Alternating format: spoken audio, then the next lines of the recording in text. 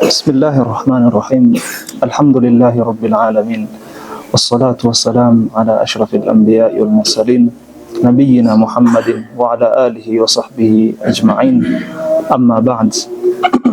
Yaqulu Allah subhanahu wa ta'ala fi kitabihi lan yanala Allaha luhumuha wala dima'uha walakin yanaluhu at-taqwa minkum.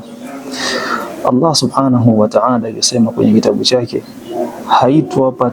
haitompata Allah subhanahu wa ta'ala nyama inayochinjwa kutokamana na mikono yenu, wala dimauha, wala damu ambayo kwamba inatokamana na yule mnyama mliyemchinja, walakin yanaluhu taqwa minkum, lakini kinachompata Allah subhanahu wa ta'ala ni ile taqwa ambayo kwamba mtakuwa ni wenye kumpelekea yeye Allah subhanahu wa ta'ala.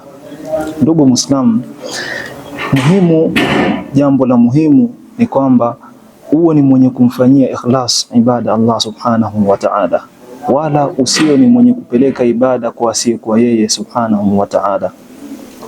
Allah subhanahu wa ta'ala akizungumza kuhusu al-yahudi wan nasara yasema, wama umiru illa liya'budu Allaha mukhlisina lahu ad-din hunafa wa yuqimu as-salata wa yu'tu az-zakata wa dhalika dinul qayyimah. Yaqulu Allah subhanahu wa ta'ala, wama umiru, na hawakuamrishwa ahlul kitab al-yahud wan nasara,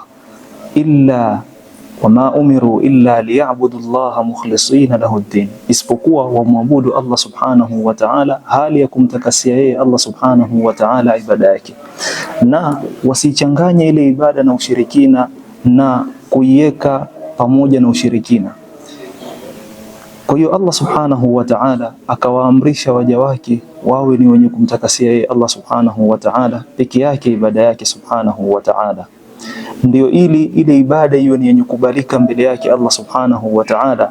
Sharti itakuwa ni yenye kuambatana na ikhlas, iwe ni yenye kuambatana na ikhlas, ndio Allah subhanahu wa ta'ala ataikubali. Sote tunajua ndugu Waislamu ya kwamba jambo lolote analolitengeza mwanadamu kawaida yuliwekea masharti. Mimi nimetengeza au kampuni imetengeza simu, ile simu wanaika kwenye masharti yake, tumia kadha wa kadha wa kadha. Kwa hiyo muumba kadhalika wetu subhanahu wa ta'ala ametuwekea ibada na ameweka masharti kwenye ibada kama ile. Lazima ibada iwe na ikhlas ndani yake, ndio ikubalike mbele yake subhanahu wa ta'ala.